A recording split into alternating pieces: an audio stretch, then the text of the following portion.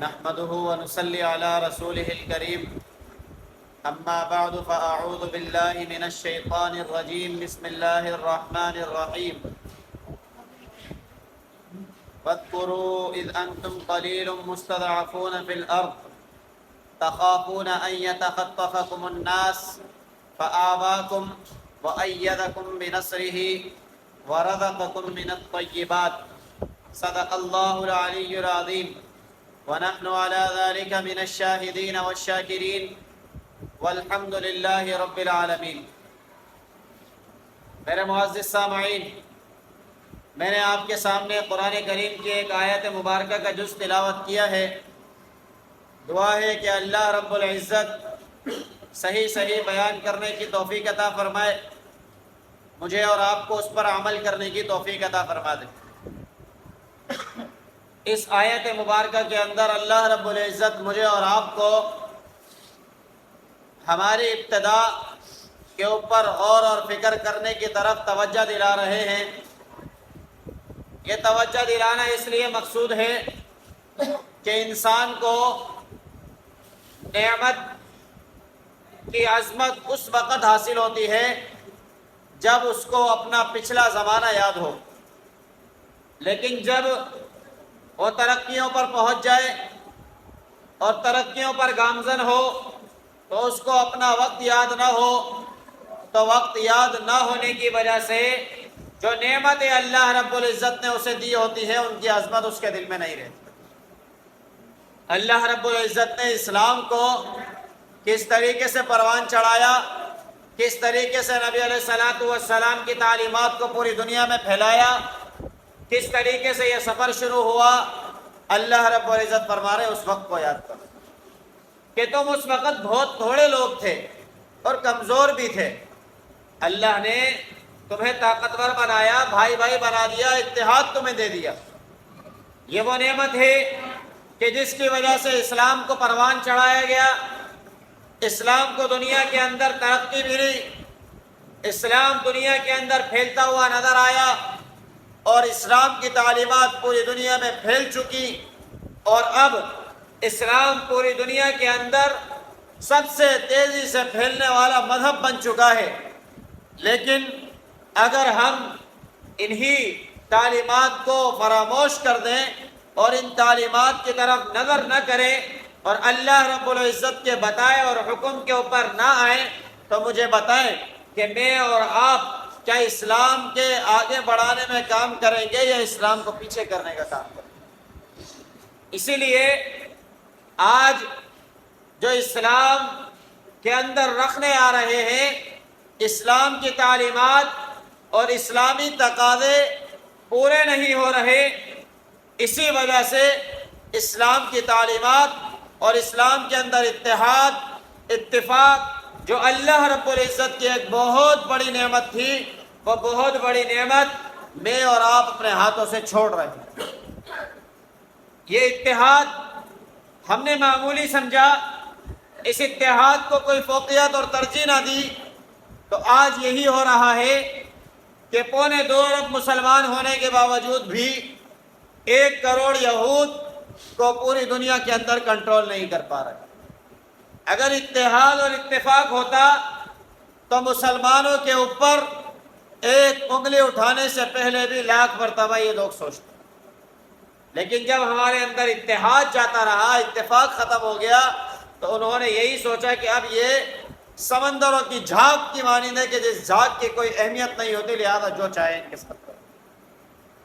آج درد موجود ہے، لیکن طرح طرح کی بیڑیاں میرے اور آپ کے پاؤں میں بھی لگی ہوئی ہیں کہ ہم فلسطین کے لیے بہت کچھ کرنا چاہتے ہیں، ہم قبلہ اول کی حفاظت کے لیے بہت کچھ کرنا چاہتے ہیں، لیکن میں اور آپ بے بس ہوئے بیٹھے ہیں کہ ہم کریں بھی تو کیا کریں۔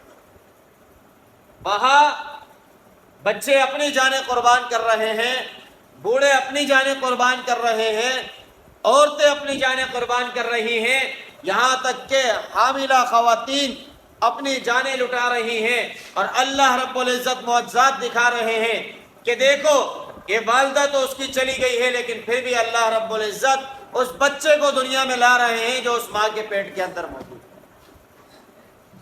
اسلام کے ساتھ اللہ رب العزت کی مدد موجود ہے، لیکن اسلام کے ساتھ اگر مدد موجود نہیں ہے تو میرے اور آپ کی مدد موجود نہیں ہے۔ وجہ اس کی یہ ہے کہ میں اور آپ چاہ رہے ہیں لیکن اتحاد کے کڑے میں اپنے آپ کو نہیں جوڑ رہے۔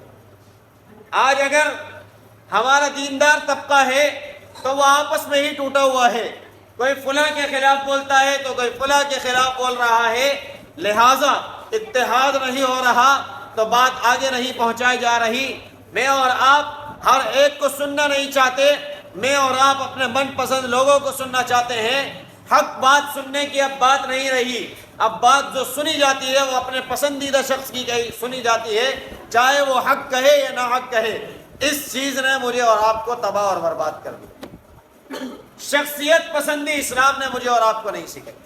اسلام نے ہمیشہ سے مجھے اور آپ کو حق پرستی سکھائی کہ حق بات سنو اور حق بات ہی کہو۔ قال فالحق والحق اقول، کہ حق بات جو ہے وہی کہنی چاہیے اور اسی کو سننا چاہیے، کیونکہ اللہ رب العزت حق کے ساتھ ہوتے ہیں۔ میں نے اور آپ نے جب کلمہ پڑھا ہے تو میں اور آپ کیا چاہتے ہیں؟ اللہ کی مدد چاہتے ہیں نا، اللہ کی معیت چاہتے ہیں۔ میں اور آپ اگر اسلام میں داخل ہے تو اللہ رب العزت کے ساتھ کھڑے ہوئے نا۔ اسلام اللہ رب العزت کا پسندیدہ مذہب ہے۔ ان الدین عند اللہ الاسلام، کہ اسلام ہی اللہ کے نزدیک دین ہے۔ میں اور آپ اس وجہ سے آئے ہیں، لیکن ساری باتیں ایک طرف کر کے میں اور آپ صرف یہی کہتے رہیں کہ اسلام ہمارا مذہب ہے، اللہ ہمارا رب ہے، لیکن اللہ اور اسلام کے حکم نہ مانے تو مجھے بتائیں پھر ہمارے اسلام کا اور اللہ رب العزت کو رب ماننے کا کیا فائدہ ہو؟ اسی لیے بنیاد جو ہے اس کو مضبوط کرنے کے لیے قرآن اور احادیث کے احکامات پر عمل پیرا ہونے کی کوشش کریں۔ آج اگر کوئی حکم سامنے آتا ہے تو لوگ کیا کہیں گے، یہ بات پہلے آتی ہے، اور آج کر کون رہا ہے، دوسرا سوال یہ پیدا ہوتا ہے، میں اگر کروں گا تو لوگ مجھے کیا کہیں گے، لوگ تو میرا ساتھ نہیں دیں گے۔ آپ مجھے بتائیں کہ اللہ کا ساتھ زیادہ عظیم ہے یا لوگوں کا ساتھ زیادہ ہے؟ اللہ رب العزت کا ساتھ وہ ہے کہ جو غزوہ بدر ہو تو اللہ رب العزت اپنے نبی کے دل میں ڈالتے ہیں کہ غالب آپ ہو، آپ صرف پیش قدمی کریں۔ وادی طور کے لیے موسیٰ علیہ السلام کو جو حکم ملا، موسیٰ علیہ السلام اللہ رب العزت کی معیت کے ساتھ کفر کے سامنے جب چلے گئے تو اللہ نے فتح دے دی۔ اسی طریقے سے اللہ رب العزت نے غزوہ خندق کے اندر نبی علیہ السلام کو وہ تصورات پیش کر کے دکھا دیے کہ حالانکہ نظر نہیں آ رہا تھا کہ فتح ہوگی یا نہیں ہوگی، لیکن اللہ کے نبی خندق کھودنے کے لیے جب ضرب لگاتے ہیں تو اللہ رب العزت کیسر و کسریٰ کے محل دکھا دیتے ہیں۔ کس لیے؟ کہ اللہ کی معیت بڑی چیز ہے۔ یہ اسباب دنیا میں اہمیت رکھتے ہیں، لیکن اسباب بنانے والے ذات بھی اللہ ہی ہیں، اسباب کے اندر جان اور طاقت ڈالنے والے ذات بھی اللہ ہے۔ اللہ چاہے تو اسباب کے اندر سے طاقت ختم کر دیں، آپ اسباب کے ڈھیر لگا لیں لیکن آپ کچھ نہیں کر سکتے۔ لیکن اسباب آپ کے پاس کچھ نہ ہو لیکن اللہ رب العزت آپ کی مدد کو آ جائیں تو آپ سب کچھ کر سکتے ہیں۔ اللہ رب العزت کو دیکھنے کے لیے فرعون نے اتراتے ہوئے کہا تھا نا، اطلع الی الہ موسیٰ وانی لاظنہ من الکاذبین، میں چاہتا ہوں کہ میں موسیٰ کے رب کو جھانک کر دیکھوں، یہ جھوٹ بولتا ہے، میں اس کو جھوٹا سمجھتا ہوں۔ فرعون کے یہ الفاظ تھے، قرآن کریم سورۃ القصص کے اندر موجود ہے۔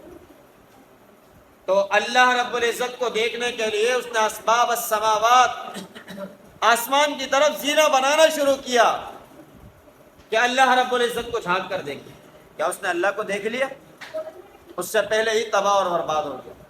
لیکن جہاں معیت کی بات ہے کہ اللہ رب العزت جس کے ساتھ ہے، میرے اور آپ کے نبی ہوں یا موسیٰ علیہ السلام ہو، اللہ رب العزت نے خود اس دنیا میں رہتے ہوئے موسیٰ علیہ السلام سے ہم کلامی کی۔ اللہ رب العزت نے خود موسیٰ علیہ السلام کے حکم پر کوہ طور پر تجلی ڈالی۔ اللہ رب العزت نے خود نبی علیہ السلام کو معراج پہ بلا کر اپنے دیدار سے سرفراز فرما دیا کہ معیت اللہ رب العزت کے ساتھ ہے۔ جب اللہ کی معیت آپ کے ساتھ ہے تو آپ عرش کو بھی ہاتھ لگا لیں، لیکن اللہ کی معیت میرے اور آپ کے ساتھ نہیں ہے تو ہم کچھ بھی نہیں کر سکتے۔ اسباب کی حیثیت بھی اللہ رب العزت بنانے والے ہیں، اس لیے دنیا کے اسباب، دنیا کے اندر جو بھی پریشانی ہے، اللہ کی معیت سے کوئی چیز بڑی نہیں ہو سکتی، اگر ہم کسی بھی درجے میں پریشان ہیں تو اللہ رب العزت کے آگے پیش ہو جائیں، اللہ کی معیت کو مانگیں، اللہ آپ ہمارا ساتھ دے دیں، آپ ہمارے ساتھ ہیں تو دنیا ہمارے لیے کچھ نہیں ہے۔ اللہ رب العزت کی معیت میرے اور آپ کے لیے ایسے ہے، وَتَرْجُونَ مِنَ اللَّهِ مَا لَا يَرْجُونَ، میرے اور آپ کے لیے تو اللہ نے فرمایا ہے نا کہ ایمان والوں کی تو جان ہے یہ کہ ان کو اللہ سے امید ہوتی ہے اور کافروں کو اللہ سے امید نہیں ہوتی۔ جب ہمیں اللہ سے امید ہے تو اللہ سے امید کس درجے میں ہے؟ میں اور آپ اگر اسی کافروں کی طرح یہ گمان رکھیں کہ اللہ مدد کرے گا یا نہیں کرے گا، اگر یہ گمان ہمارا ہوگا تو مجھے بتائیں پھر ہم کیسے کامیاب ہیں؟ میرا اور آپ کو تو یقین ہونا چاہیے، اللہ کو کہہ دیا ہے اب اللہ میرے ساتھ، ان معی ربی سیہدین۔ موسیٰ علیہ السلام نے کہا تھا کہ میرا رب میرے ساتھ ہے، پریشان نہیں ہو میری قوم والوں، اللہ راستہ بنائے گا۔ اللہ نے سمندر کو حکم دیا، سمندر چٹان بن کر کھڑا ہو گیا اور راستہ بن گیا۔ فرعونی دیکھتے رہ گئے، اور جب فرعونیوں نے اس سمندر کے اندر پیش قدمی کی تو اللہ نے پانی کو حکم دیا، دوبارہ پانی پھیرنا شروع ہو، سارے غرق ہو گئے۔ اللہ رب العزت اسباب کے اندر جان ڈالنے والے، بنانے والے بھی اللہ ہیں۔ جہاں میرے اور آپ کی چیزیں اور سوچ ختم ہوتی ہے، وہاں سے اللہ رب العزت اس سے کئی درجہ آگے دیکھتے ہیں۔ اسی لیے اگر دنیا کے اندر مجھے اور آپ کو کچھ نظر آ رہا ہے تو اس کچھ پر بھروسہ نہ کریں، اللہ کے حکم اور اللہ رب العزت کے بتائے طریقے کے اوپر آ جائیں، اسی کے اندر میرے اور آپ کی کامیابی ہے۔ آج دنیا کہہ رہی ہے کہ ہم کمائی معیشت کے اعتبار سے دلدل میں پھنسے ہوئے ہیں، تو معیشت سے دلدل سے اس کو نکالنے کے لیے ہمیں یہ اسٹیپ اپنانے چاہیے، لیکن اللہ کہہ رہے ہیں معیشت بہتر کرنا چاہتے ہو تو مجھے نہ بھلاؤ، مجھے یاد رکھو، میں تمہاری معیشت صحیح کروں۔ مجھے بتائیں ہم بول چال میں اللہ کو یاد رکھتے ہیں؟ ہم بول چال میں جھوٹ بولتے ہیں۔ ہم لین دین میں اللہ کو یاد رکھتے ہیں؟ اللہ کہاں یاد ہوتا ہے؟ ہم لین دین میں اونچ نیچ سے کام لیتے ہیں، ہم رشوت بازاری سے کام لیتے ہیں، ہم غلط بیانی سے کام لیتے ہیں، ہم حسد بغض اور کینے سے کام لیتے ہیں، اور اسی طریقے سے دیکھا جائے تو بڑے بڑے معاملات کے اندر ہم دروغ گوئی جھوٹ بیانی سے کام لیتے ہیں، جس چیز نے مجھے اور آپ کو اللہ کی معیت سے علیحدہ کر دیا۔ کیونکہ اللہ رب العزت وہاں ہوتے ہیں جہاں شیطان نہ ہو۔ ایک موقع پر صدیق اکبر رضی اللہ تعالی عنہ کو کچھ لوگ برا بھلا کہہ رہے تھے، تو نبی علیہ السلام بیٹھے مسکرا رہے تھے۔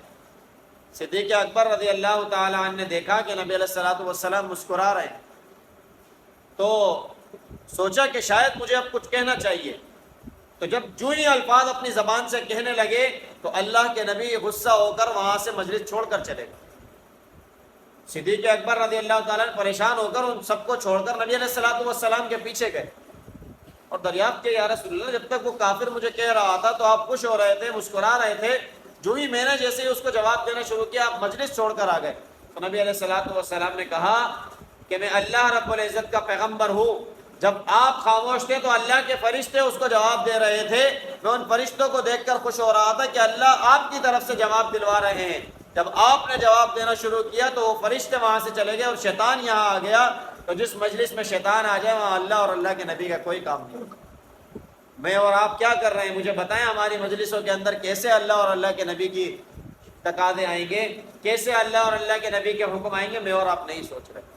جب ہم اپنے اندر سے خرابیوں کو نکالنا شروع کر دیں، جو میرے اور آپ کے اندر فساد گھستا چلا جا رہا ہے، جو روحانی بیماریاں ہمارے اندر داخل ہوتی چلی جا رہی ہیں، ہم جھوٹ کو جھوٹ نہیں سمجھتے، غیبت کو غیبت نہیں سمجھتے، لین دین غلط کرنے کو غلط نہیں سمجھتے، اسی طریقے سے لوگوں کے ساتھ غلط بیانی کو ہم غلط نہیں سمجھتے، تو مجھے بتائیں پھر میرے اور آپ کے ساتھ کیا اللہ رب العزت کی معیت ہوگی؟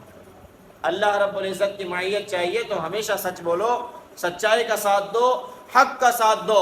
اللہ رب العزت دنیا کے اندر کم ہونے کے باوجود بھی غالب فرما دے۔ کم من فئۃ قلیلۃ غلبت فئۃ کثیرہ، کتنے ہی تھوڑے لوگ اللہ نے کئی جگہ پر غلبہ عطا فرمایا۔ میں اور آپ دیکھتے ہیں، لیکن ہم صرف اور صرف اپنی زبان سے اس کو کہہ تو دیتے ہیں، لیکن یقین کی آنکھ سے اس کو تصور کر کے نہیں سوچتے۔ یقین کریں کہ اللہ رب العزت تھوڑے لوگوں کو غالب کرتے ہیں، یقین کریں کہ اللہ رب العزت سچے لوگوں کو غالب کرتے ہیں، یقین کریں کہ اللہ رب العزت نیک راہ پر چلنے والوں کو کامیاب کرتے ہیں، یقین کریں کہ اللہ رب العزت اللہ کے ساتھ کھڑے ہونے والے، اسلام کے شعائر کی حفاظت کرنے والوں کے ساتھ کھڑے ہوتے ہیں۔ چاہے پوری دنیا مخالف ہو جائے تو میں اور آپ اس دنیا میں پھیلنا شروع ہو جائیں گے، کامیاب ہونا شروع ہو جائیں گے۔ اسی دن سے میرے اور آپ کی کامیابی کا سفر شروع ہو جائے گا۔ دعا ہے کہ اللہ رب العزت خود مجھے بھی ان باتوں پر عمل کرنے کی توفیق عطا فرمائے، آپ تمام میں سے ہر ایک کو عمل کی توفیق عطا فرما دے۔ وآخر دعوانا ان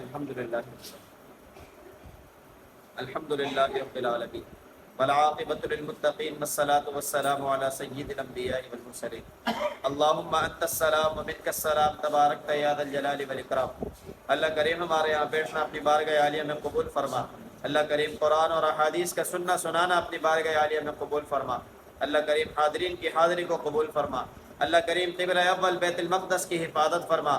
اللہ کریم وہاں مجاہدین کی مدد اور نصرت فرما۔ اللہ کریم فلسطین اور حماس کے مجاہدین کی مدد فرما۔ یا اللہ پوری دنیا کے مسلمانوں کو اتحاد کے ساتھ یا اللہ قبلہ اول بیت المقدس کی حفاظت کے لیے یکجا فرما۔ یا اللہ پوری دنیا کے اندر مسلمان بسنے والوں کو یا اللہ ایک طاقت بننے کی توفیق عطا فرما۔ یا اللہ ہم سب کو ان مجاہدین اور محافظین کی مدد اور نصرت کرنے کی توفیق عطا فرما۔ یا اللہ آپ بھی اپنی آسمانی مدد سے ان مسلمان کی مجاہدین کی مدد اور نصرت فرما دیجیے۔ اللہ کریم حرمین شریفین کی حفاظت فرما۔ اللہ کریم ملک پاکستان کی حفاظت فرما۔ اللہ کریم ہمارے ملک کو امن کا گہوارہ بنا۔ اللہ کریم ہمارے ملک کو امن و امان عدل و انصاف کا گہوارہ بنا۔ اللہ کریم ہمارے ملک کے اندر اسلامی نظام کی بالادستی فرما۔ یا اللہ اس کے لیے ہم سب کو جد و جہد کرنے کی توفیق عطا فرما۔ یا اللہ جہاں جہاں مسلمان پریشان حال ہیں، بیمار ہیں، مصیبت زدہ ہیں، تکلیفوں میں ہیں، یا اللہ تمام کی بیماریوں کو، پریشانیوں کو، تکلیفوں کو، مصیبتوں کو دور فرما۔ یا اللہ جتنے بے روزگار ہیں یا اللہ تمام کو حلال طیب روزگار عطا فرما۔ یا اللہ جتنے برسر روزگار ہیں یا اللہ ان کے روزگار میں، گھر بار میں، کاروبار میں خیر و برکت عطا فرما۔ یا اللہ جتنے پیارے ہمارے اس دنیا سے چلے گئے اللہ سب کی کامل بخشش فرما۔ یا اللہ فلسطین کے شہداء کی شہادت کو قبول فرما۔ یا اللہ ان تمام کے شہداء کے خون سے پوری دنیا کے اندر اسلام کا بول بالا فرما۔ یا اللہ تمام کی قبروں کو منور فرما۔ یا اللہ سب کو جنت الفردوس میں اعلیٰ مقام عطا فرما۔ اللہم رب ارحمہما کما ربیانی صغیرا۔ وصلی اللہ تعالی علی رسول خیر خلقہ محمد وعلی آلہ واصحابہ اجمعین، آمین برحمتک یا